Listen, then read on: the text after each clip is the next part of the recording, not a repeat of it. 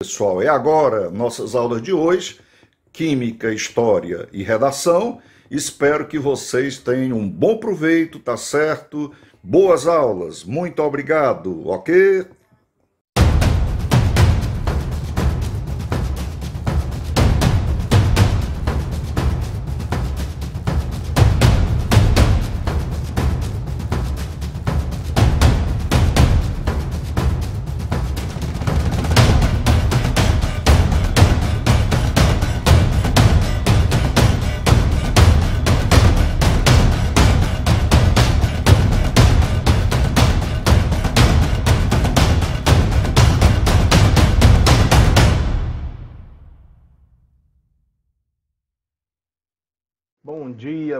Bom dia, queridos alunos e alunas. Meu nome é Carlos Eugênio e eu estou aqui para juntos a gente conversar um pouquinho sobre a química das soluções, certo? Queria, antes de tudo, agradecer o convite do professor Acácio, né? Grande professor Acácio, meu amigo, certo? É uma pessoa que eu agradeço demais pelas orientações e uma pessoa que muito me ajudou no início da minha carreira, certo? Como meu professor, como meu colega de profissão, como meu amigo. Então, muito obrigado, professor Acácio, pelo convite e saiba que estamos juntos, tá certo? Muito bem. Meus amigos, nós vamos falar hoje, antes da gente começar o assunto sobre soluções, nós vamos falar sobre a estrutura da matéria. Então, o termo matéria, certo? Ele vai se referir a todos os materiais ou coisas existentes no universo, ok? Vocês podem estar vendo aqui, por exemplo, matéria formada de moléculas, né? A gente tem aquele conceito lá da quinta série que matéria é tudo que ocupa espaço, né? E tem massa, né? Mas realmente a matéria ela é formada por moléculas que, por sua vez, são constituídas por minúsculas partículas, né, chamadas de átomos. E se nós formos para a história, Leucipo e Demócrito, né, dois filósofos gregos, já diziam, né, que átomo seria o que? A menor partícula da matéria, certo? E isso foi nos primórdios da descoberta do modelo atômico, ok? E aí nós temos aqui, para que vocês possam entender também, um pouquinho sobre elementos químicos, tá? Então, o símbolo, né? É importante que você hoje nós estamos cercados de várias substâncias. Por exemplo, nós temos água sanitária no supermercado, nós temos sais, nós temos a própria carne, nós temos perfumes, nós temos detergentes, desinfetantes, tintas, vernizes. Todas essas substâncias elas contêm átomos e moléculas, né? E aí, por exemplo, existem átomos que quando eles estão dentro da substância, eles deixam de ter aquelas características sozinhas. Como, por exemplo, nós temos aqui o ferro, né, cujo símbolo é Fe, tá? É um metal de transição. E a natureza, nós temos aqui o trióxido de triferro, o tetróxido de triferro, né? Tetróxido de triferro. Nós temos o cálcio, tá? Muito conhecido, o Ca. E nós temos aqui na natureza, por exemplo, o carbonato de cálcio, certo? É interessante que o cálcio, né, principalmente nas mulheres, o cálcio ele é uma substância importantíssima para o combate da osteoporose, né? E uma das alimentações que é riquíssima em cálcio é exatamente o olho do peixe. Aquela bolinha branca, se você quiser, às vezes a pessoa não entende, mas ali ela tem uma, uma riqueza extrema, né, do cálcio, porque a concentração de cálcio naquela bolinha branca é elevadíssima. No peixe também nós temos o fósforo, Então, cálcio e fósforo estão presentes no olho do peixe, certo? Nós temos aí também a prata, que é conhecida como Ag, né, que vem de argentum. Tá? Na natureza ela é encontrada, aí tem os cordões de prata, as correntes de prata. Né? Nós temos aí o oxigênio, o símbolo é O e é encontrado na natureza como O2. E aí que vem um pequeno detalhe. Às vezes a gente pensa que o oxigênio ele é uma substância que sempre vai manter suas propriedades, mesmo estando ligado a outro elemento, né? Isso não é verdade. Então, por exemplo, quando você tem a água, você tem H2O. Esse oxigênio não é o oxigênio que os peixes irão respirar. O oxigênio que vai para a respiração branquial dos peixes é o oxigênio molecular, é o O2, é o oxigênio que está dissolvido na água, tá certo? Continuando aqui, nós temos a formação das moléculas através da reunião de átomos, como vocês podem ver aqui. Aqui nós temos 2 átomos de hidrogênio produzindo a molécula H2, que é um gás, né? E aqui nós temos 2 átomos de hidrogênio e 1 átomo de oxigênio produzindo a molécula de H2O, que é a água. Interessante é que o hidrogênio gasoso, com certeza, muito próximo, ele será um dos nossos combustíveis, por conta da sua intensa reatividade. Então, só para vocês terem uma ideia, um ônibus espacial como aquele que era da Challenger, para ele ir à Lua e voltar, ele precisa ter mais de 2.000 toneladas de hidrogênio líquido, certo? Altamente comburente, altamente explosivo, né? A reação exotérmica ela é extrema, é muito veloz. E aí nós temos como a produção de hidrogênio gasoso, o H2, vinda, né, da união de 2 átomos de hidrogênio, ok? E a água, dispensa-se os comentários, porque nós sabemos dos 3 estados físicos da água, né? Nós sabemos de tudo que nós temos aí relativos à água. Bom, estudo das substâncias e misturas, o que é que nós podemos dizer sobre isso? Tá? Tudo que nós temos, por exemplo, de substâncias, né,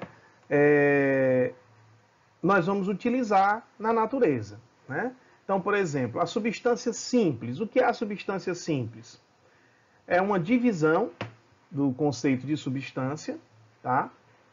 Onde nós encontramos apenas um tipo, né, de átomo. Um tipo de átomo. Então, por exemplo, o gás hidrogênio, eu só tenho átomos de hidrogênio, H2.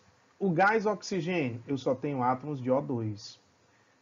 Átomos de oxigênio. O gás ozônio, eu só tenho átomos de oxigênio, mas eu tenho 3 átomos. E o que é que difere o O2 do O3?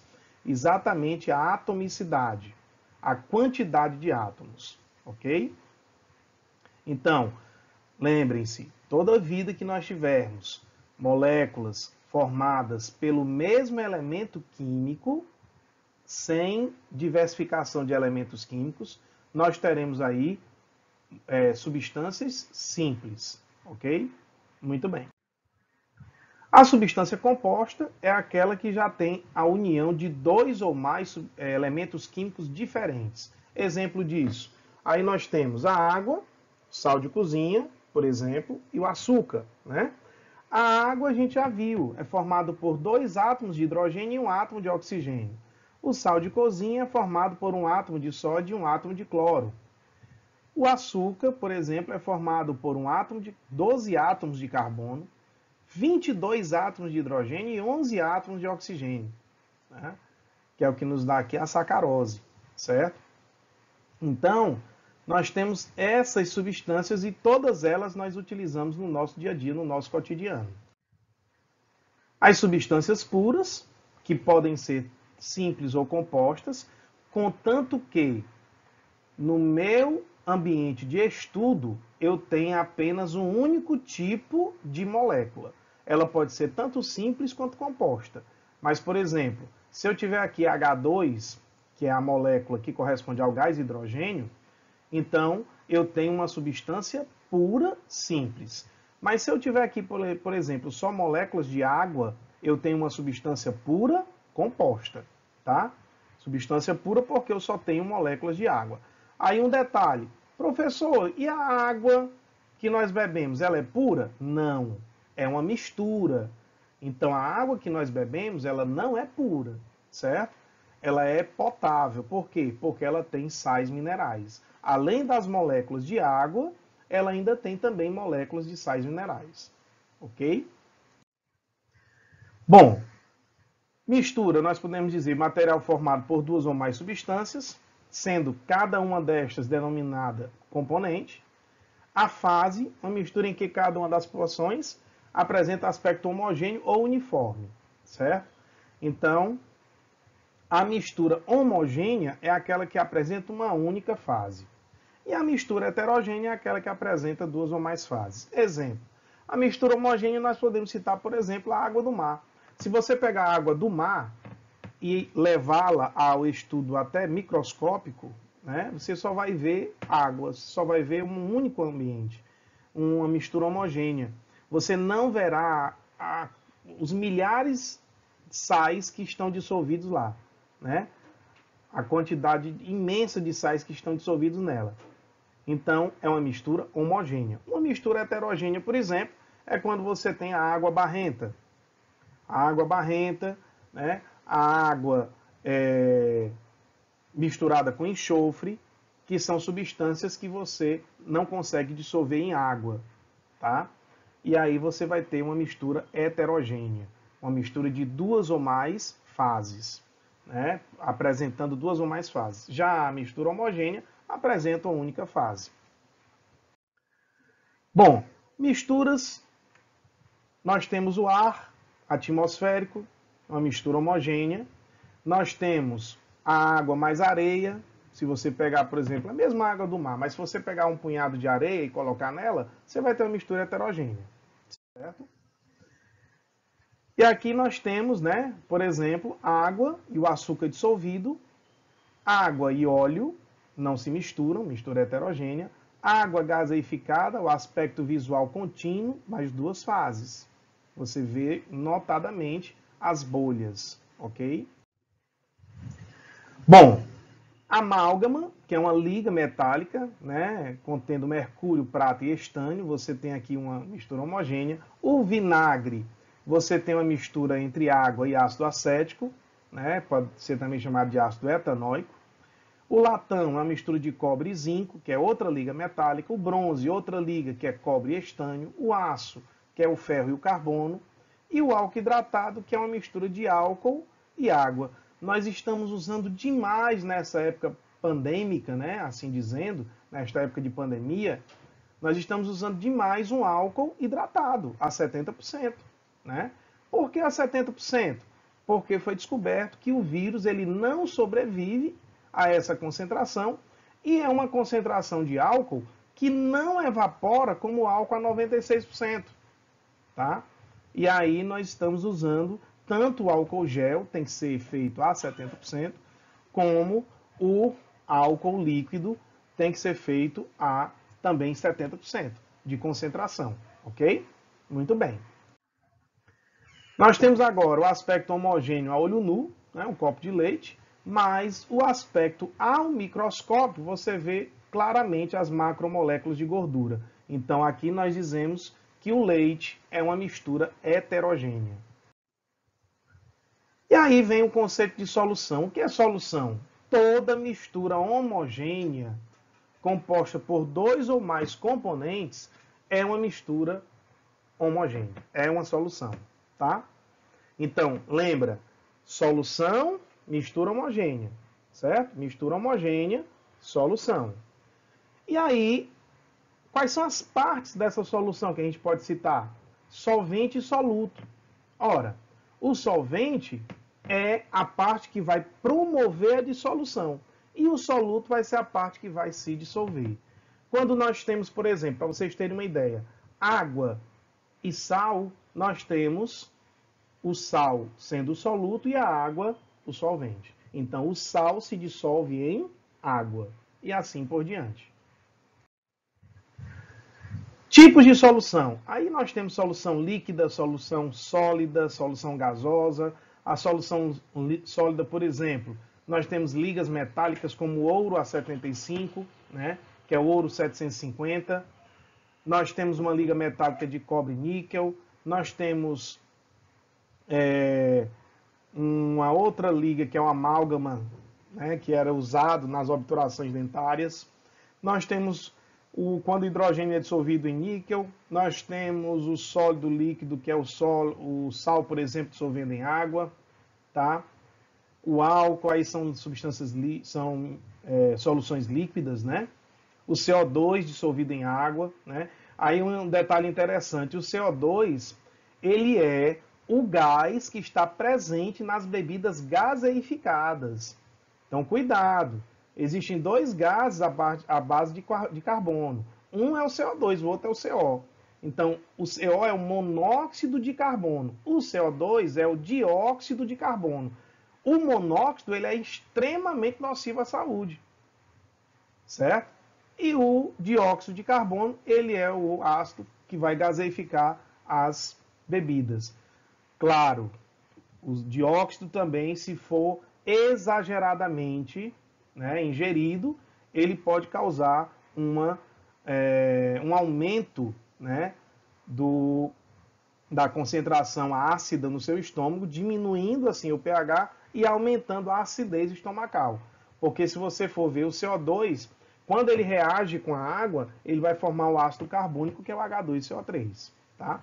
E aí nós temos as gasosas, como nós, por exemplo, nós temos aí a poeira no ar atmosférico, a água no ar atmosférico, o ar atmosférico, que é gasoso, e assim por diante. Soluções iônicas e soluções moleculares. Qual é a diferença, professor?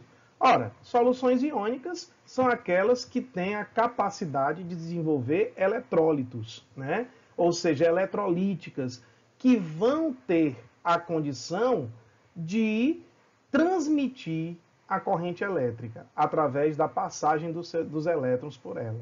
Tá? A água e o sal de cozinha, por exemplo, é uma solução eletrolítica. E o soluto ele é caracterizado por ser um composto iônico. Já as soluções moleculares, elas são não eletrolíticas, certo? Por exemplo, a água e açúcar, nós não temos nenhum íon aí. A outra importância delas é as soluções eletrolíticas, elas transmitem corrente elétrica, elas conduzem corrente elétrica. As soluções não eletrolíticas não conduzem corrente elétrica, ok? Aí vem o coeficiente de solubilidade, meus queridos, que nós temos o seguinte: o que é o coeficiente de solubilidade? É uma taxa, eu vou chamar de taxa, tá? Mas é um número que vai lhe dizer a quantidade máxima de soluto que aquela solução, que aquele solvente poderá dissolver.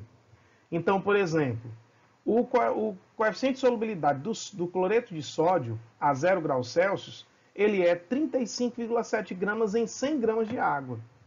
Já o coeficiente de solubilidade do cloreto de sódio a 25 graus Celsius, ele passa para 42 gramas em 100 gramas de água. Isso quer dizer o quê? Que ele vai agir, né, de acordo com a temperatura. Então, no caso do cloreto de sódio, a dissolução é endotérmica. Quanto maior a temperatura, maior a quantidade dissolvida. E aí nós temos os três tipos de soluções quanto à observação do seu coeficiente de solubilidade. Por exemplo, nós temos uma solução insaturada, que é aquela que você ainda não atingiu, né, o limite de saturação. Nós temos a solução saturada, que é aquela que você atingiu na risca. E nós temos a solução saturada com corpo de fundo, que é aquela que você ultrapassou o limite, mas foi precipitado. Tá? As soluções supersaturadas, elas precisam ter um tratamento a mais. Quais são? Qual é?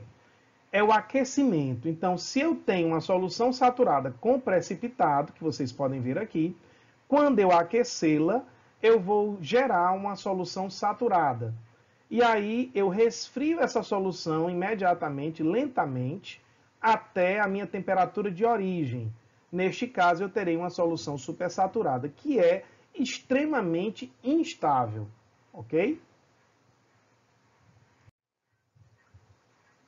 Aqui nós vamos ter uma breve explicaçãozinha, só para vocês terem uma ideia de como ocorre a dissolução dos sólidos, né? Obviamente, nós temos aqui uma atração eletrostática entre as cargas parciais positivas e as negativas, como o sódio. Aqui você tem a dissolução do cloreto de sódio, né? Então, o sódio ele vai ficar voltado para as cargas parciais negativas, que são os oxigênios, e o cloro, o íon cloreto, ele vai ficar voltado para as cargas parciais positivas, que são os átomos de hidrogênio, certo? Dessa forma, nós vamos poder, né, quebrar o retículo cristalino que une essas duas cargas, ok? Meus amigos, muito obrigado. Ficamos por aqui nesta aula e até a próxima, se Deus quiser. Fiquem com Deus, que Deus abençoe a todos.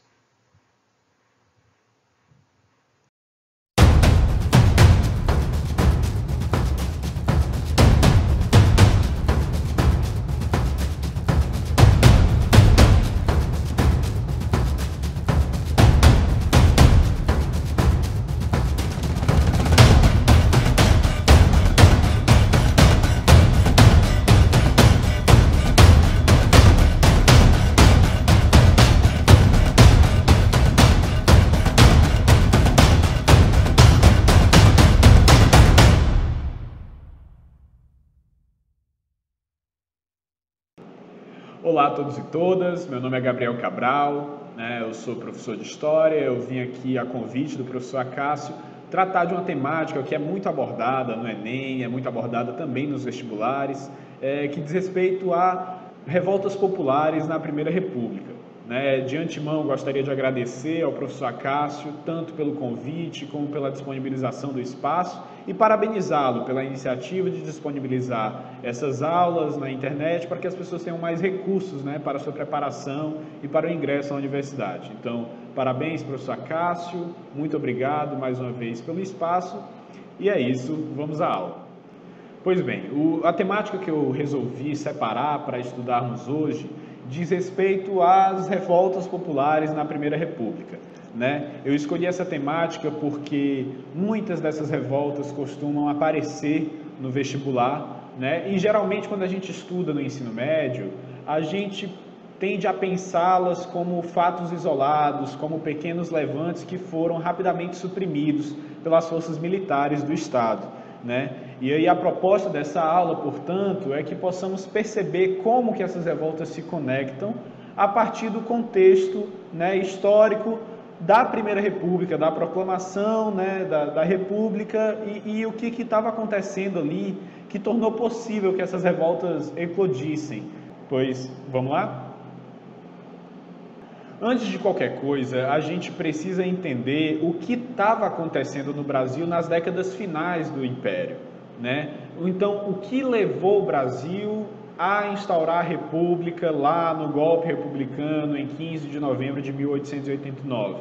A gente precisa entender qual era o cenário que estava posto e o que levava a essa reivindicação de mudança de regime político.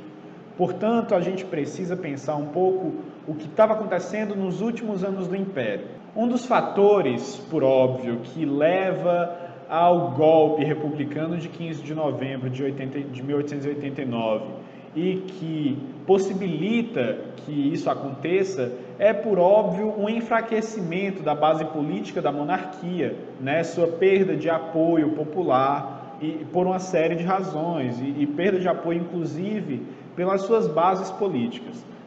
Então, aqui no slide, como vocês devem estar vendo, a monarquia ela acabou se tornando, a partir da segunda metade do século XIX, insustentável. Ela teve seu poder enfraquecido e se mostrou incapaz de solucionar diversos problemas que apareceram na nação, né, sobretudo em relação à economia, algumas tensões que foram despertadas na economia e como isso se repercute, né, na vida social.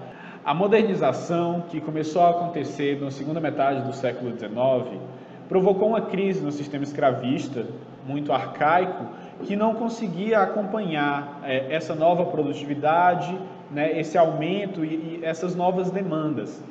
A abolição, em 1888, deu fim a um sistema que já estava ruindo. A classe senhorial, que ainda era muito apegada ao trabalho escravo, né, à mão de obra dos escravizados, ela se viu profundamente abalada nesse contexto, porque era também um setor de pouca produtividade.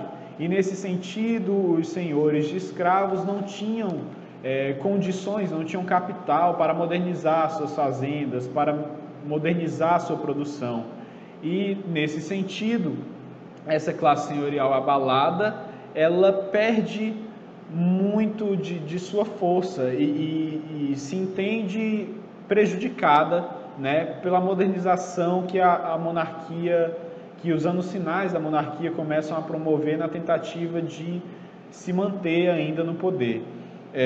Nesse cenário, com a classe senhorial abalada, quem ganha força são as oligarquias, dos setores mais dinâmicos, sobretudo, né? Desses setores como, por exemplo, os produtores de café do Oeste Paulista, que tinham uma produção mais moderna, com melhores equipamentos, com melhores insumos, melhores técnicas, e que, nesse sentido, estavam demandando políticas de imigração, né? Que estavam começando a se preparar para trabalhar com a mão de obra assalariada. Então, essas novas oligarquias elas ganham espaço na economia, ganham força, mas ao mesmo tempo também se percebem sem participação política, porque dentro da centralização do poder que um regime monárquico pressupõe, quem tinha ainda algum poder de influência eram as classes senhoriais, né, ligadas ao trabalho escravizado, que tinham uma relação mais próxima com o trono.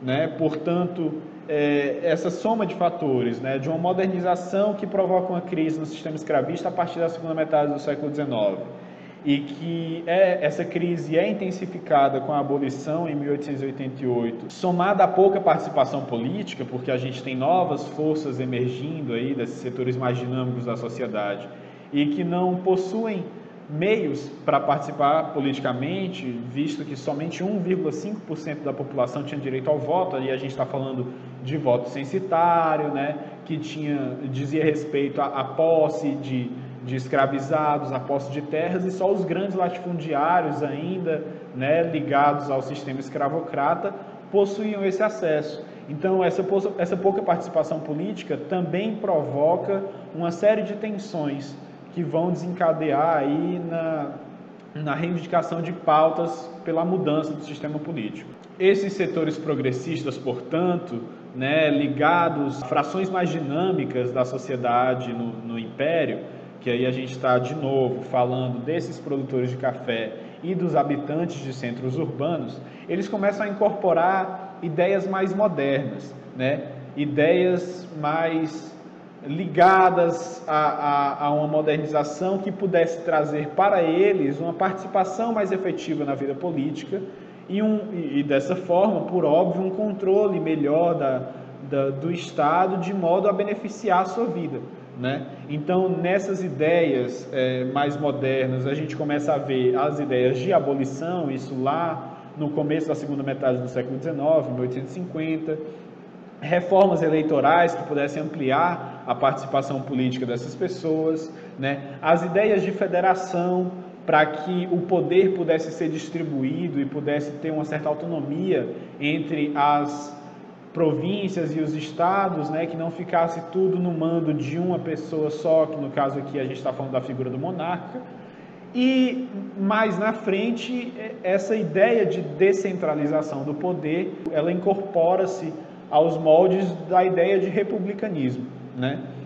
Portanto, essas classes médias urbanas e esses produtores de café do Oeste Paulista, essas produções rurais mais modernizadas e mais independentes, mais dinâmicas, desejando participação política, começam a se associar aos setores progressistas, que naquela época eram os partidos liberais, o Partido Republicano, né, que apesar de não ter um grande número de adeptos, as ideias passaram a ter uma certa penetração na vida social. Parte do exército, portanto, né, aliando-se aos interesses dessas classes médias, acaba com o regime monárquico, dando esse golpe em 15 de novembro de 1889, para acabar com a monarquia, que já era vista por muitos como um modelo político que não era capaz de atender às demandas sociais, né? Já era um modelo visto como fracassado e, portanto, o golpe ele vem nesse sentido, de abrir um novo caminho para novas formas de lidar com política e de atender a novos interesses. Então, nesse sentido, a gente está dizendo que a ideia de república ela não nasce em 1889. A ideia de república ela permeava o imaginário popular nas últimas décadas do Império e ela foi ganhando força, né? Na realidade, a ideia de república ela já estava presente desde a independência. Então, foi nesse sentido, nesse contexto, nesse terreno de tensões sociais e econômicas, né, provocadas por essas mudanças e pelas modernizações que começaram a engatinhar aí no fim do Império, que a ideia de república ela ganha força. Nesse sentido, a gente costuma dizer, a gente costuma pensar, é possível pensar que a proclamação da república ou a ideia de república, ela é, dentro da história do Brasil, um episódio da modernização brasileira, né? No fim do Império, a república vai ampliando, a ideia de república ela vai ampliando o seu campo semântico, incorporando ideias como a de liberdade, a de progresso, a de democracia, ciência e, portanto, república vai aos poucos ganhando esse contexto de futuro desejado. Ela passa a representar um projeto de país para o futuro, algo que está no desejo dessas classes médias. Para que isso aconteça, né, a gente vai perceber uma propaganda política muito forte que acontece sobretudo nos jornais, em artigos de revistas, na literatura, nas peças, né, coisas que vão acontecendo na vida urbana, incorporando e trabalhando esses ideais. Isso vai acontecendo desde o fim desde as últimas décadas do Império, no sentido de fomentar um determinado apelo popular à ideia de república. Portanto, em partidos políticos, em jornais, em folhetins, em peças e obras de arte, de literatura, há essa mobilização de ideias, como a ideia de liberdade, de participação política, de progresso e de modernidade, associadas ao ideal republicano. Nesse sentido, o que a gente quer tratar aqui é de como a república passa a incorporar os ideais de modernidade, liberdade, progresso, evolução, enquanto a monarquia passa a significar o atraso, passa a significar, né, a anticiência, passa a significar uma apatia e uma falta de energia. Então, né, a gente tem aí um Brasil que já é republicano, que já está vivendo, né, dentro desse imaginário de progresso, de modernização, e que está, de fato, brigando para se modernizar. Mas, na prática, o que muito se percebe, aí a gente está falando já das contradições da República, é que o golpe republicano e a instauração do modelo republicano não representou, de fato, uma ruptura política no Brasil. O que aconteceu foi uma transferência do poder de um núcleo muito fechado para outro, que era, no caso, as oligarquias, né? As áreas rurais mais distantes, menos dinâmicas, continuaram basicamente com as mesmas condições de vida, né? Com um sistema de produção ainda muito parecido, muito associado ao sistema colonial, de dependência. E nas cidades, essa modernidade republicana, ela não beneficiou a todos, né? E aí é o que a gente vai ver, por exemplo, quando a gente for falar das revoltas urbanas.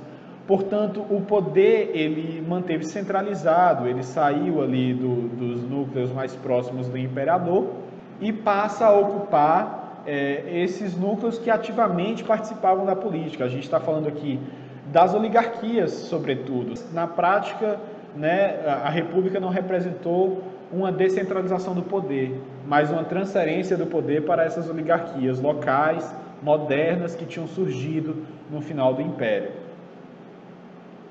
Então aí a gente vai falar das revoltas urbanas, né?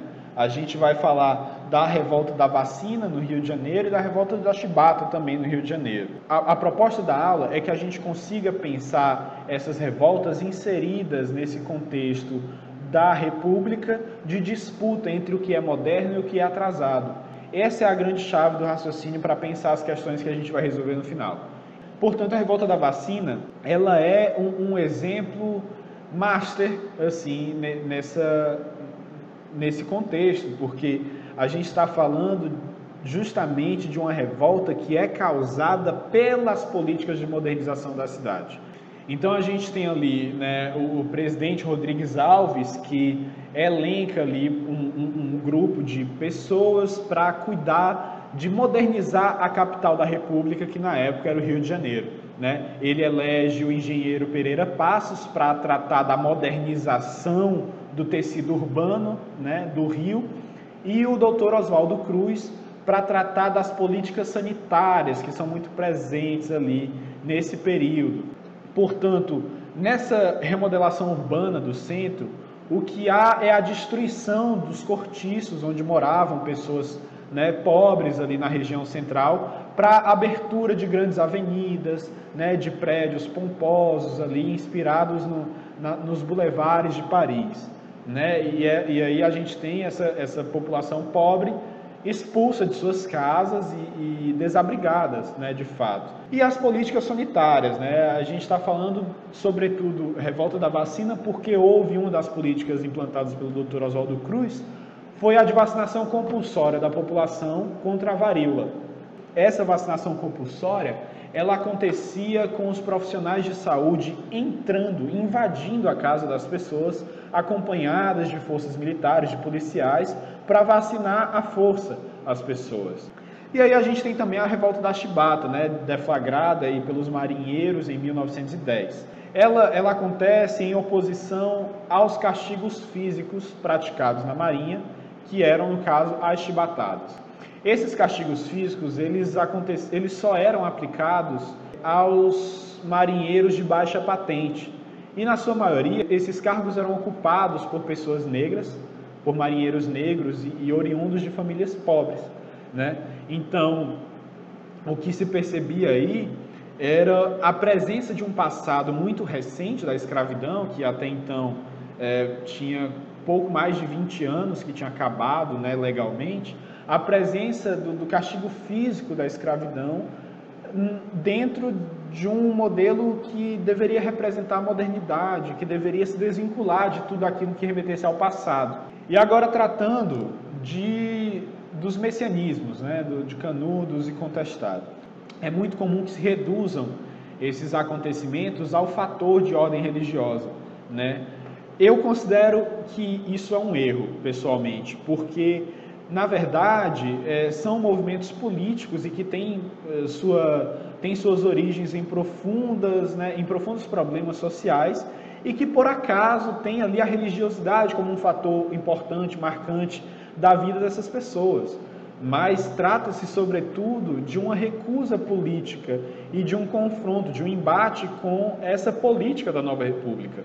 Em Canudos, ocorrido no interior do sertão da Bahia, né, o cearense, um beato, Antônio Conselheiro, ele consegue, na sua pregação, mobilizar uma série de pessoas que estavam ali enfrentando dificuldades com a seca, dificuldades com as forças políticas tradicionais, locais, né? E conclama essas pessoas, com base no discurso, na leitura que ele faz do Evangelho, a viver comunitariamente em um espaço onde todos tenham acesso à terra, onde todos possam plantar e possam garantir o necessário à sua própria sobrevivência. Portanto, As condições sociais e econômicas são fundamentais para entender esses movimentos. Então elas se juntaram no interior da Bahia na tentativa justamente de viver de uma outra maneira, né? de garantir ali a sua sobrevivência em comunidade. Algumas excursões do exército foram mandadas para acabar com Canudos, né? As pessoas do Arraial resistiram e numa terceira excursão, se não me engano, o exército republicano matou todos. Contestado aconteceu no Rio Grande do Sul, também aí nesse cenário de Primeira República, e que é muito parecido com Canudos, porque tem um fator religioso muito presente. O Beato José Maria, ele reuniu as populações em torno da pregação do Evangelho, mas ao mesmo tempo, como sempre, a gente está tratando de condições sociais e econômicas que permitem que essas coisas aconteçam. Aí a gente está falando de pessoas que foram desabrigadas, que perderam suas terras para que fosse construída uma ferrovia, a Brazil Railway, que levaria a produção, né, ali do sul para o Rio de Janeiro, para a exportação. O que aconteceu aí foi que o Estado brasileiro desabrigou essas pessoas e concedeu hectares enormes de terra, tanto para a construção de ferrovias como para latifundiários que escoariam suas produções, né, a partir da Brazil Railway.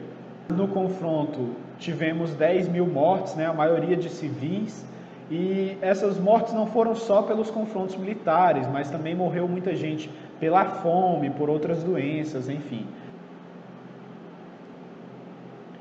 A primeira questão que eu trouxe trata de Canudos, né, foi de um vestibular da UFG, em Goiás, que diz assim: a Guerra de Canudos é emblemática no debate sobre a formação da nação no período republicano. A República recém-proclamada enfrentou um Brasil desconhecido, o sertão e os sertanejos. A guerra, tragicamente, significou um aprendizado para os brasileiros, demonstrando que, letra A, fragmentação e as grandes distâncias das regiões litorâneas impediram a organização e o crescimento das comunidades sertanejas.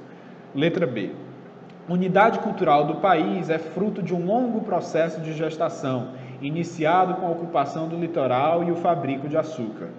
Letra C, a presença da Igreja Católica no sertão representava um elo entre a comunidade e as autoridades republicanas. Letra D, frágil base política em que se assentava o governo republicano foi incapaz de reconhecer a questão social e cultural suscitada por Canudos.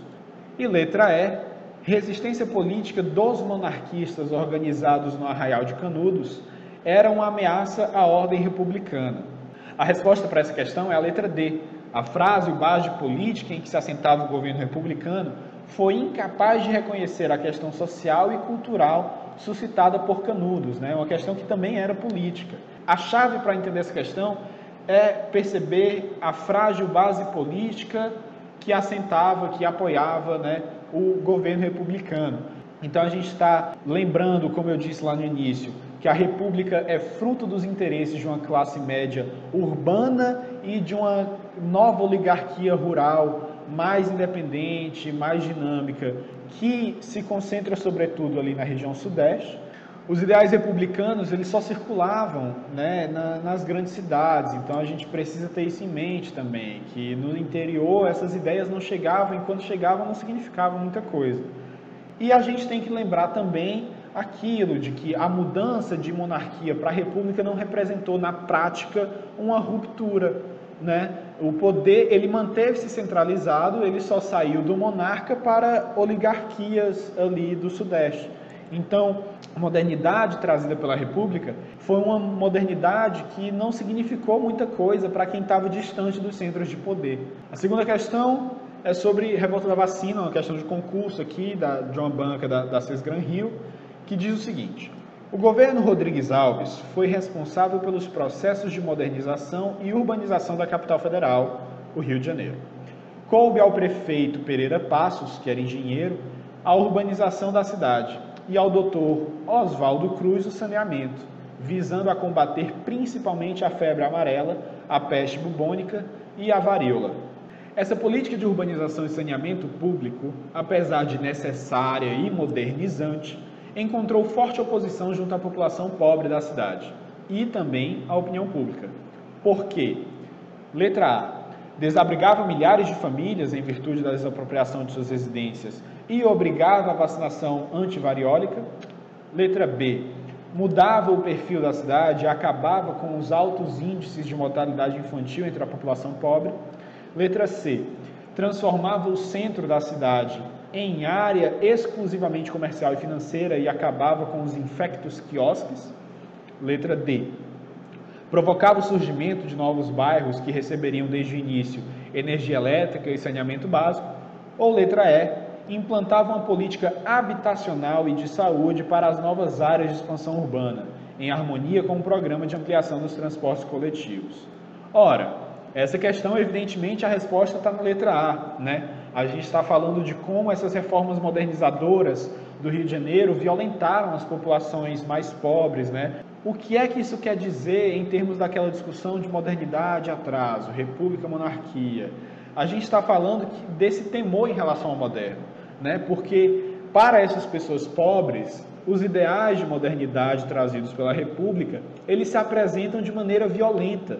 Uma terceira questão aqui do vestibular da UERJ de 2011, né, sobre a revolta da Chibata.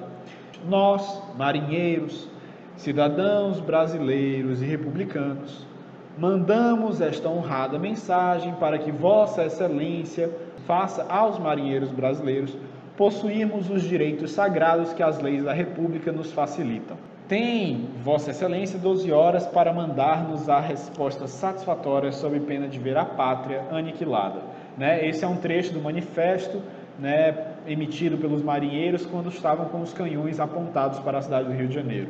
Pois bem, o enunciado da questão diz: os participantes da revolta da Chibata exigiam direitos de cidadania garantidos pela Constituição da época.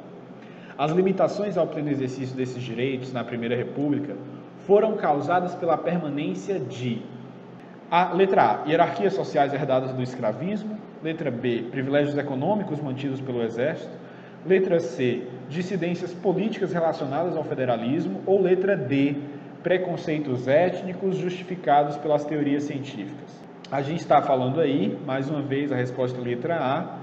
A gente está falando dessas hierarquias sociais herdadas do escravismo, né? A gente está falando das chibatadas, a gente está falando dos castigos físicos que só eram aplicados nas patentes mais baixas, ocupadas em sua maioria por negros, né? Pretos, pardos, mestiços. Por alguns historiadores, os castigos são vistos como uma manutenção das desigualdades de raça e classe da sociedade brasileira dentro da Marinha, porque esses marinheiros negros e pobres que ocupavam as baixas patentes, né, da Marinha, vinham de classes muito pobres, de classes baixas da população, porque o ingresso na Marinha era uma das poucas formas possíveis de ascensão social.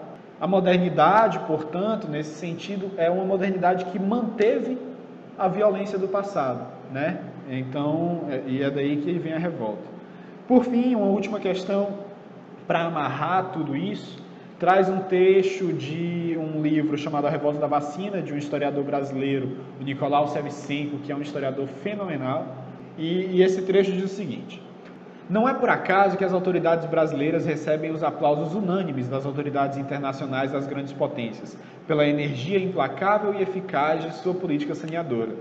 O mesmo se dá com a repressão dos movimentos populares de Canudos e do Contestado, que no contexto rural significam praticamente o mesmo que a revolta da vacina no contexto urbano. A questão pede: de acordo com o texto, a revolta da vacina, o movimento de Canudos e o do Contestado foram vistos internacionalmente como, letra A, provocados pelo êxodo maciço de populações saídas do campo rumo às cidades logo após a abolição. B, retrógrados, pois dificultavam a modernização do país. Letra C, decorrentes da política sanitarista de Oswaldo Cruz. Letra D, indícios de que a escravidão e o império chegavam ao fim para dar lugar ao trabalho livre e à república. E letra E, conservadores porque ameaçavam o capital norte-americano no Brasil. A resposta, evidentemente, é a letra B, retrógrados, pois dificultavam a modernização do país, né? Todas essas revoltas que a gente estudou na Primeira República, elas se conectam pelo contexto em que elas eclodem, que é esse contexto de mobilização muito intensa dos ideais de modernização. Estudar história também é perceber que fatores possibilitam o acontecimento ou desencadeamento de determinados fenômenos, né? Quais são as condições materiais, o contexto que possibilita que isso aconteça, né? As ações individuais, mesmo as ações individuais, elas não acontecem do nada. Elas estão ali fundadas em um tecido social, em um imaginário, né? A forma como a sociedade se organiza, ela modifica a forma como pensamos e a forma como agimos sobre ela. Portanto, o que a gente tem que entender aqui é que essas narrativas sobre a modernização, elas atravessam todas essas revoltas, né? No caso de Canudos e Contestado, a gente está falando de uma modernização que não chega a essas pessoas ou que chega de forma violenta, né? O que vale também para a reforma da vacina. E no caso da revolta da Chibata, a gente está falando de uma modernização que ainda traz um resquício muito grande do passado, né? E é isso que a gente tem que perceber, como essas narrativas sobre a modernização, elas atravessam, né, todos esses acontecimentos. Então é isso, pessoal. Eu espero que tenham gostado da aula, espero que tenha servido de grande ajuda. Queria mais uma vez agradecer ao professor Acácio pelo convite, pelo espaço e parabenizá-lo pela iniciativa. Tá bom? Um forte abraço a todos e todas. Tchau, tchau.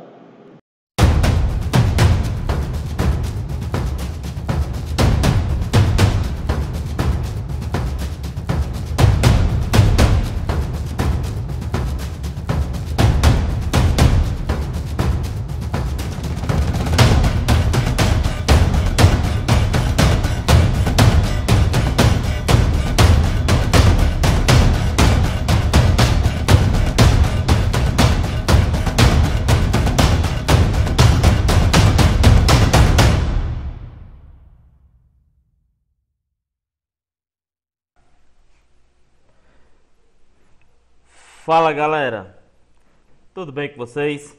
Professor Wilker de Paula, estou aqui muito honrado em estar conversando com vocês.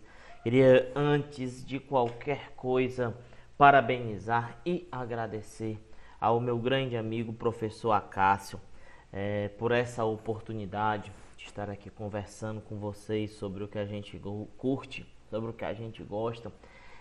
E parabenizá-lo por esse projeto maravilhoso, esse projeto que tem ajudado tantas pessoas, que tem proposto essa interação entre nós, professores, e vocês, alunos, que certamente estão nessa luta pela vaga na universidade, estão tentando ingressar no ensino superior e certamente estão tendo dificuldade nesse período remoto em função dessa pandemia e desses problemas todos que nós viemos enfrentando, nós estamos enfrentando. E o professor Acácio, ele tem se mostrado extremamente solícito com essa situação e tem dado essa oportunidade para que nós possamos trabalhar para vocês e para que vocês possam adquirir um pouco mais de conteúdo com as nossas explicações. Então eu queria mandar um abraço para o meu amigo professor Acácio, feliz demais por estar aqui, por participar desse projeto. Tenho certeza que nós vamos longe com esses projetos. Eu sei que você tem muito ainda a mostrar para todos nós. Como eu falei, eu sou o professor Wilker de Paula e nós vamos trabalhar com a disciplina de redação. Redação é aquela disciplina chave para qualquer vestibular, para qualquer concurso público. Tudo que você quiser ingressar na sua vida, certamente a redação vai ser importante. Então o Enem, ele tem a redação como elemento chave, como aquele elemento que vai ser o fiel da balança, porque os conteúdos, espera-se que você tenha pleno domínio da matemática, da química, da física, da biologia. E a redação é onde o corretor vai poder te conhecer a fundo, vai poder conhecer o seu conhecimento de mundo, ver como você pensa o mundo ao seu redor, saindo um pouquinho do conhecimento cognitivo. Então, por isso que a redação tem tomado uma proporção muito grande, não só no Enem, mas em todos os concursos públicos e vestibulares que existem. E a redação é importante também, não só para isso, mas a redação é importante também para o nosso dia a dia, para que nós possamos escrever bem, para que nós possamos nos expressar bem, desde documentos formais até mesmo aqueles mais informais, como uma mensagem por WhatsApp, até mesmo um bilhete que a gente escreve. Para tudo nós precisamos das técnicas de escrita, e a redação tem esse objetivo: mostrar para você as melhores técnicas de escritas dentro de um padrão pré-estabelecido. E hoje, o nosso padrão pré-estabelecido é o Enem, o Exame Nacional do Ensino Médio. E para isso, nós vamos trabalhar um elemento assaz importante dentro dessa conjuntura que é a redação. Nós não vamos fazer um resumão de redação, porque nós entendemos que isso você já entende, você já tem conhecimento do que é um texto dissertativo argumentativo, que é aquele texto que apresenta ideias. Lá na frente ele vai defender, ele vai fazer a defesa dessas ideias, mostrar por que elas são importantes, e na sequência, no final, ele vem propor sugestões para amenizar, arrefecer ou até sanar esses problemas que foram elencados no seu texto, ok? Então, o texto dissertativo é esse, é aquele que traz ideias, defende essas ideias e depois propõe mudanças para o cenário atual, ok? Mas eu tenho uma pergunta para fazer a você de início. Galera, vocês utilizam repertório sociocultural produtivo na redação de vocês? Aí você para, Wilker, deixa eu ver. O que é um repertório sociocultural produtivo? Galera, repertório sociocultural produtivo é quando você traz para a sua redação algo que agregue um elemento a mais do que a sua argumentação. Isso não vai substituir sua argumentação. Ele vai acrescentar algo de diferente àquilo que você está dizendo. Deixa eu colocar a definição para ver se você compreende melhor. Repertório sociocultural produtivo é trazer para a redação elementos das várias áreas de conhecimento, como a história, filosofia, sociologia, política, literatura, cultura, dentre outros. Além daquilo que é adquirido ao longo da vida, por meio de experiências individuais. O que é que eu quis dizer aqui? Você está fazendo a redação. Certamente na redação vão ter suas ideias, vão ter seus argumentos, seu ponto de vista. Só que muitas vezes o seu ponto de vista não é suficiente para uma adequada defesa das teses. É necessário que você vá buscar elementos em outras áreas de conhecimento para reforçar aquilo que você está dizendo. Então, muitas vezes você tem uma ideia muito legal, uma ideia muito bacana, mas aquela sua ideia muito bacana não tem tanto prestígio para o corretor. Então, às vezes é necessário você ir até um Aristóteles, até um Platão, até um Thomas Hobbes, até um Immanuel Kant, até um Émile Durkheim, buscar alguma teoria dita, proposta, promulgada por um desses pensadores para que a sua ideia faça sentido.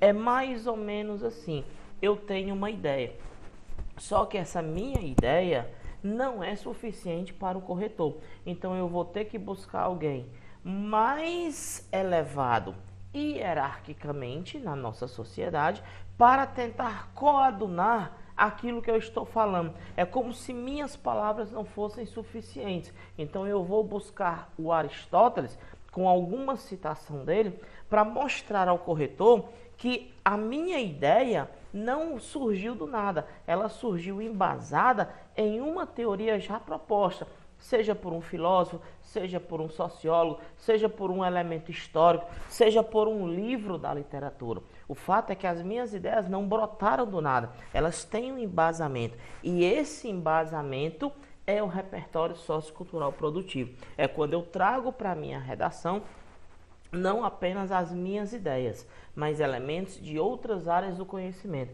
É quando eu trago algo da química para corroborar o que eu estou dizendo. É quando eu trago algo da biologia para confirmar minhas teses. É quando eu trago um fato histórico para comparar o antes, o passado, com o momento atual. Então é quando eu trago algo de outra área de conhecimento para enriquecer o meu texto. E aí vai um detalhe importante. Esse repertório sociocultural produtivo, ele é obrigatório na redação. Você vai ter que colocar repertório sociocultural produtivo. Daqui a pouquinho eu digo para você como você vai colocar e onde você vai colocar, beleza? Fica comigo, não vai embora não. Vamos dar prosseguimento.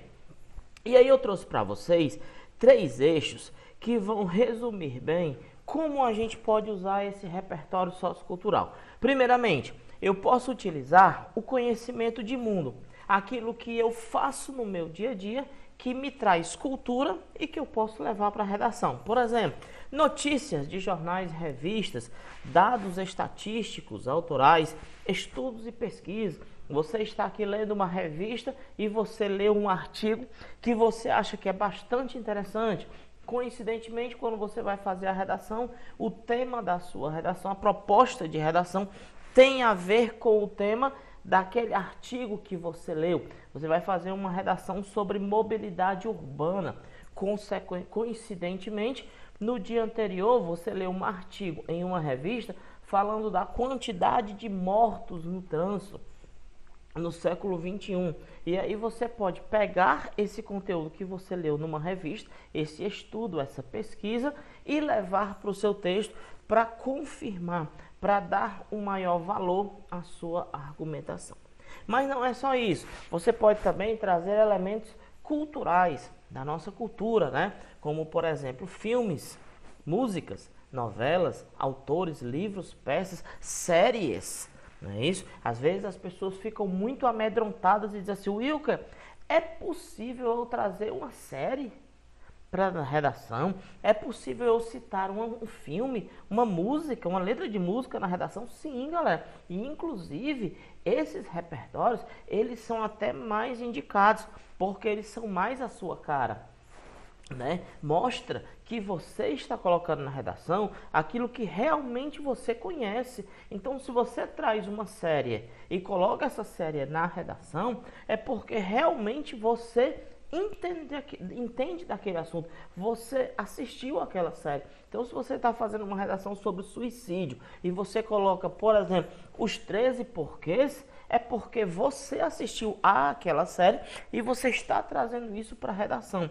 Isso é muito bom, porque o corretor sabe que o seu texto não está artificial, ele está com a sua cara, está trazendo elementos que você, na sua vida, tem como base, ok? E o terceiro tópico aqui, o terceiro eixo, digamos assim, são os elementos interdisciplinares, que são aqueles referentes às disciplinas estudadas na escola mesmo. E aí você pode fazer alusões históricas na sua redação, citação de pensadores e filósofos, né, e sociólogos, qualquer analogia à disciplina escolar. Então, por exemplo, professor de biologia está dando determinado conteúdo e você acha que aquele conteúdo se enquadra na proposta, pode utilizar sem problema nenhum.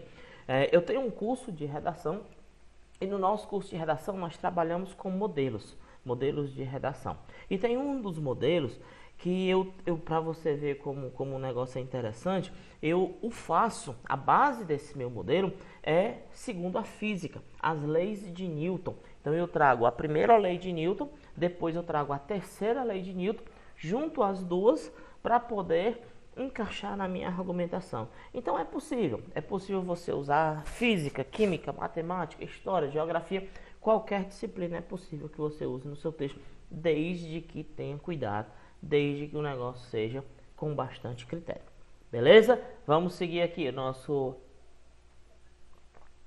slide. E aí eu tenho algumas dicas top, são aquelas dicas que vão te ajudar bastante, dicasinhas rápidas, um minutinho só para a gente relembrar certamente coisas que você já sabe. Primeira dica top: evite repertórios batidos, seja original. Galera, quando a gente fala de repertório batido, são aqueles repertórios que estão na internet, são aqueles repertórios que já foram muito usados. Luca, mas como é que eu sei qual repertório já foi muito usado e qual não foi muito usado? Muito simples. Do mesmo jeito que você vai à internet e pega um texto pronto, um repertório pronto, na hora em que o corretor está corrigindo sua redação lá no Enem, basta uma rápida procura no Google, ou até nem precisa disso, né, porque a gente tem aplicativos para isso, que acusam o plágio. Então, quando você bota o trecho que não é seu, o corretor já sabe que aquele trecho está na internet. Então, esse repertório é muito batido. São também aqueles repertórios já muito usados, que já foram utilizados em outras redações nota 1000 de outros anos e que não são mais tão interessantes ficar sendo repetidos. Por exemplo, Modernidade Líquida, do Zygmunt Bauman, né? Sei lá, aquela frase, o homem é o lobo do homem. São ideias mais utilizadas, que a gente já conhece tanto, que a gente olha assim, meu Deus, esse aluno vai trazer isso de novo, eu já vi tanto isso na minha vida, tá bom? Então, muito cuidado. São repertórios que você decora e que já são muito batidos e podem fazer, inclusive, você perder ponto por falta de autoria, beleza? Na sequência, eu vou pedir para que você alterne os tipos de repertório. Por exemplo, se no primeiro momento você trouxe a citação de um filósofo, quando você for citar o próximo repertório na sua redação, não traga outro filósofo, traga uma música. Se você já trouxe um sociólogo, não traga outro sociólogo, traga um biólogo. Vamos tentar fazer essa mutação, essa alternância. Um outro modelo que eu apresento para os meus alunos do curso por exemplo, a gente vai ver depois essa questão da abertura e do fechamento, mas é um repertório que começa com uma música do Luiz Gonzaga e termina com uma pintura, certo? Com uma pintura do Portinari. Então eu faço a conexão da música do Luiz Gonzaga com a pintura do Portinari. Então perceba que são coisas bem diferentes. É diferente de eu trazer 2 trechos de música, 2 séries, 2 trechos de livros, 2 repertórios históricos, né? Então, se a gente puder alternar, é melhor que nós o façamos, ok? Formatos diferentes para cada parte do texto. Eu vou já explicar isso aí mais a fundo, né, nos próximos slides, mas eu já queria dizer para vocês que esse repertório ele vai aparecer por todo o texto, em todas as partes do texto, e para cada parte ele tem um formato específico. Eu vou já falar disso com vocês, certo? E aí uma expressão que a gente vê muito é o repertório coringa. É aquele repertório que dá certo para todos os temas, todas as propostas. Tem muita gente que vende isso na internet, em canais do YouTube, em blogs, em sites. A pessoa faz a chamada assim: eu tenho um repertório que vai dar certo com todas as redações. Mas se fosse assim, seria muito fácil. Todo mundo tiraria nota boa na redação, todo mundo tiraria nota 1000.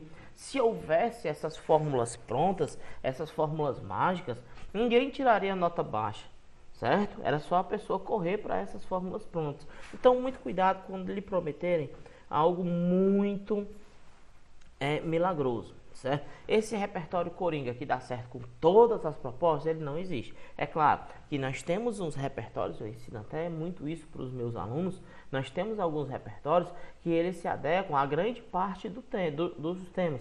Mas como é que a gente faz? Por exemplo, eu tenho no meu curso o repertório que a gente usa quando forem temas sociais, um outro repertório que a gente usa quando forem mudanças sociais, aí eu tenho um outro repertório que eu uso quando nós estivermos falando de grupo, né, de uma melhoria que ajude o grupo. Então, são repertórios por esquemas temáticos, não um repertório só que dê certo para tudo. Isso é impossível, beleza? Então, muito cuidado com essas armadilhas. E aí, uma diferençazinha que a gente pode ter, eu não sei se vocês sabem, mas existem 2 formas de você colocar o repertório na sua redação. Você pode fazer isso por meio de uma citação direta ou por meio de uma citação indireta. Vamos lá, Luke, me explique isso aí para mim.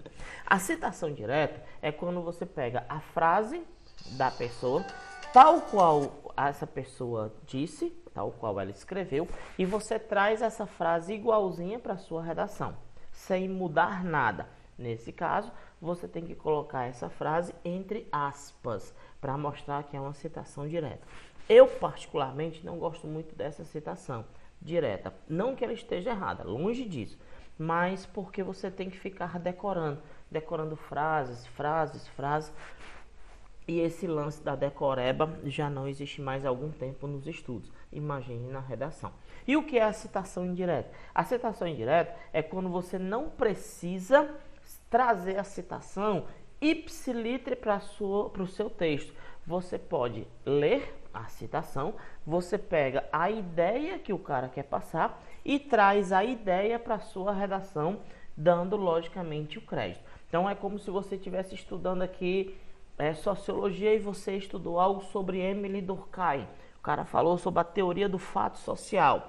E aí você pode pegar um trecho que ele trouxe e decorar e transcrever na sua redação, sendo que tem que ser 100% igual, e a gente sabe que é difícil decorar esse tanto de citação, ou você pode simplesmente entender. Não, o Emile Durkheim fala no fato social que nós somos elementos que modificados pelo meio, que nós vamos moldando o nosso caráter, nossas atitudes, de acordo com o meio em que nós vivemos. Então eu não preciso decorar isso, basta que eu aprenda e quando eu for fazer minha redação, eu cito o Emile Durkheim, cito a teoria do fato social e aí eu posso explicar com minhas palavras. Lógico que eu tenho que dar o crédito, mas eu não preciso explicar com as palavras dele, eu posso explicar com as próprias palavras. Então você usa as suas palavras para explicar. Essa é a citação indireta, tá bom? Então existe uma diferença entre citação direta e indireta. Ambas são possíveis, mas eu particularmente prefiro a citação indireta. Eu acho que ela é mais adequada para aquilo que o corretor espera. Tá tudo tranquilo até aqui, galera? Tá tudo show? Estão entendendo direitinho? Massa! Vamos lá! Seguindo agora, conforme eu prometido, eu vou mostrar para vocês como esse repertório aparece no texto, onde esse repertório aparece no texto. E aí, como eu já falei também, ele aparece por todo o texto. Ele aparece na introdução, no desenvolvimento e na conclusão. Todos nós sabemos que uma boa redação tem 4 parágrafos. Um parágrafo de introdução, 2 parágrafos de desenvolvimento e um parágrafo de conclusão. É mais ou menos isso que você vai usar na sua redação. 4 parágrafos.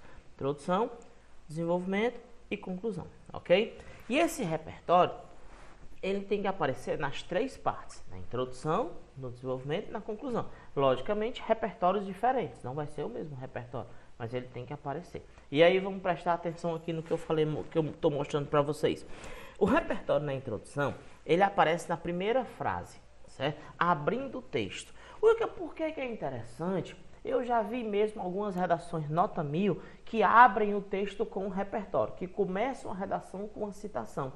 Por que isso é importante? É importante porque, assim, isso demonstra para o corretor que você conseguiu de cara relacionar sua proposta ao repertório. É mais ou menos assim. Eu vou pegar aqui uma redação. Vamos supor que eu vou fazer uma redação sobre mobilidade urbana. A proposta de redação é mobilidade urbana.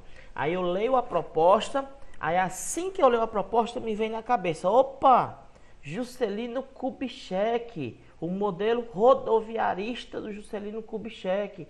Eita, esse tema eu consigo encaixar com esse repertório. Então você começa o seu texto com esse repertório.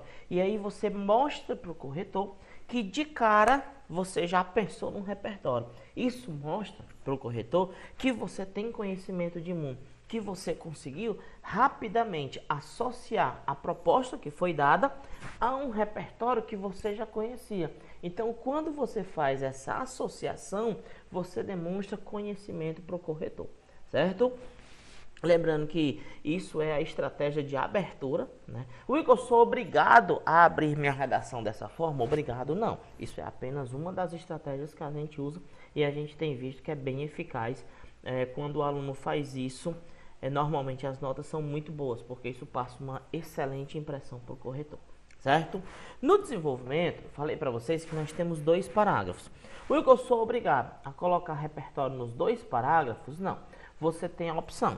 Você pode colocar em um parágrafo ou nos 2. É você quem vai escolher. O que quer dizer que se eu quiser pegar o repertório e colocar em apenas um parágrafo de desenvolvimento, eu posso?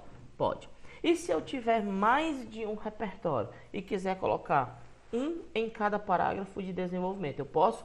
Pode também. Lembrando que você vai ter um repertório na introdução, um repertório na conclusão, sempre.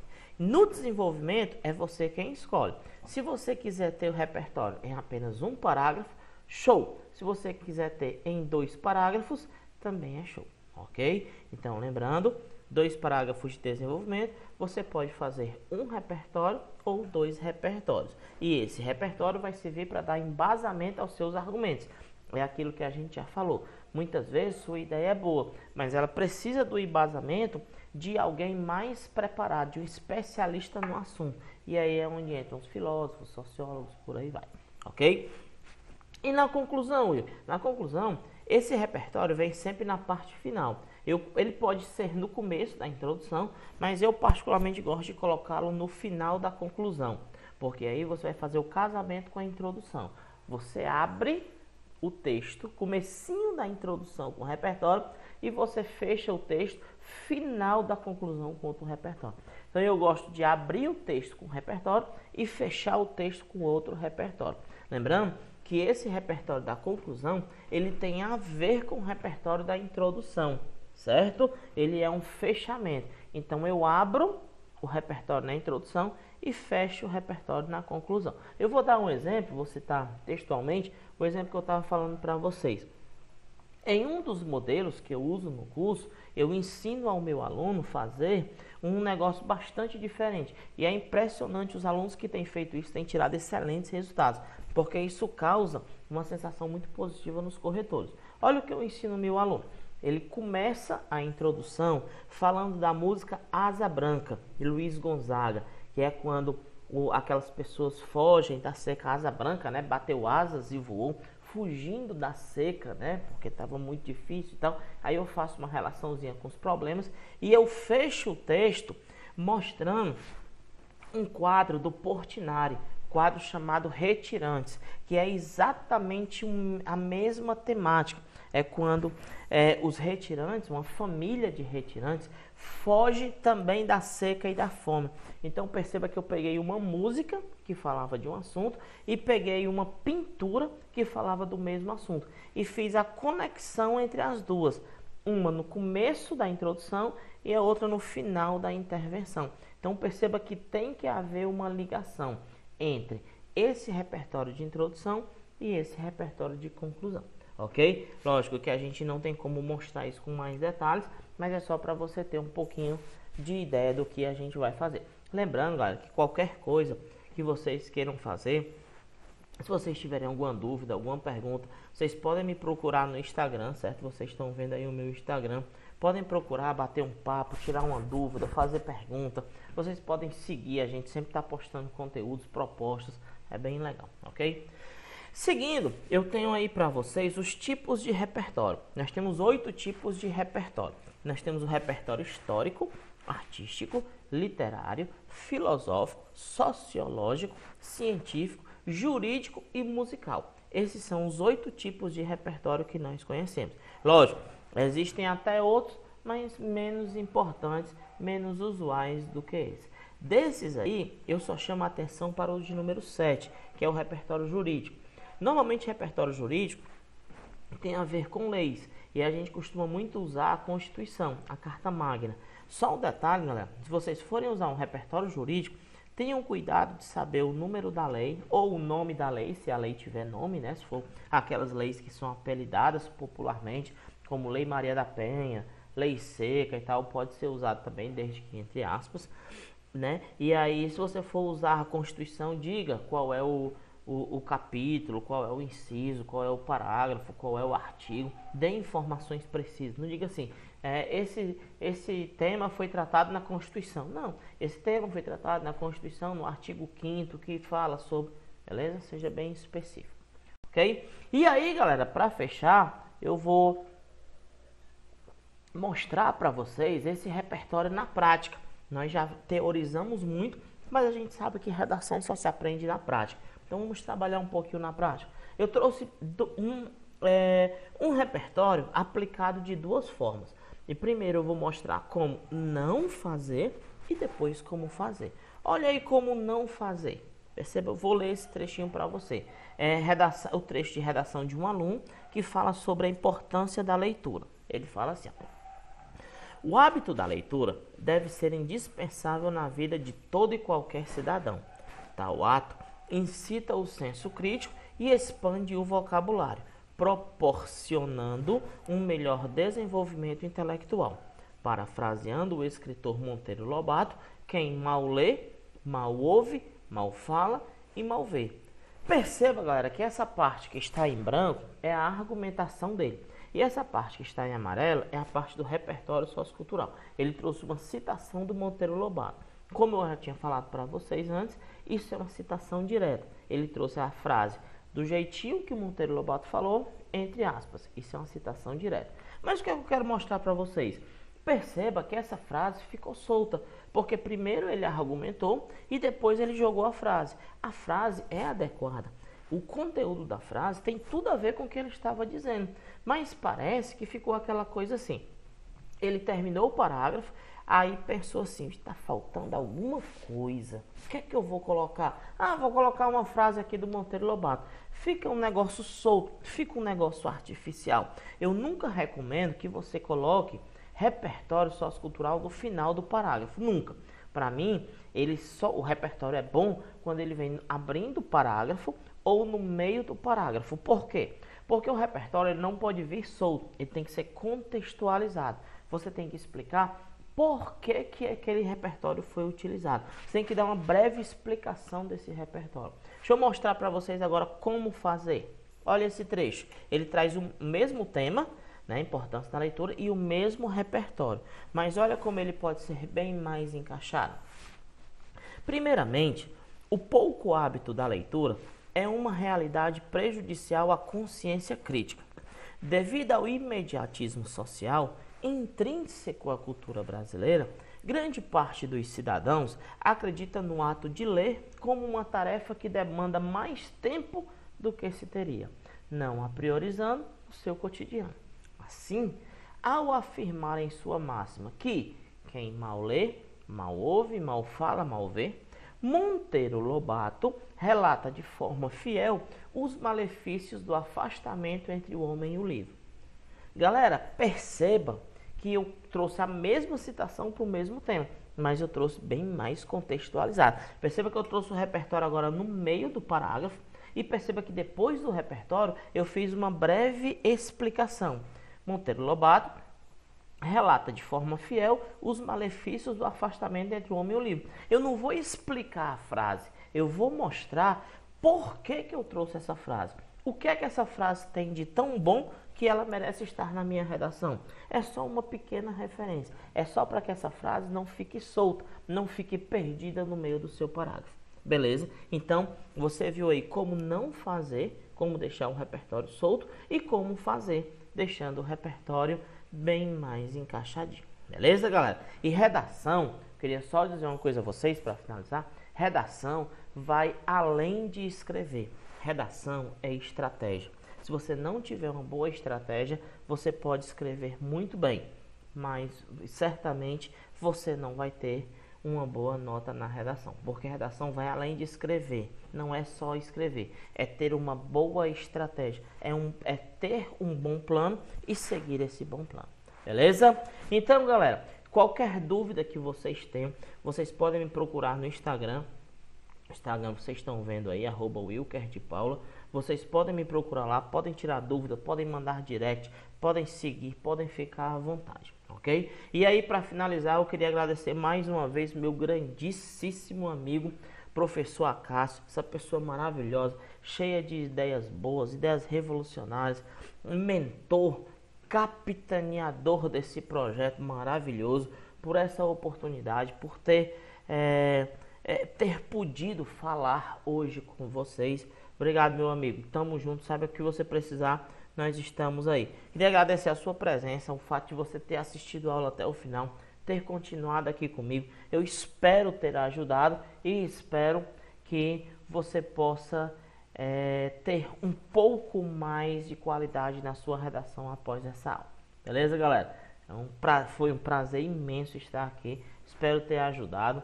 Até a próxima, até o nosso próximo encontro. Espero que seja em breve. Valeu, galera. Forte abraço.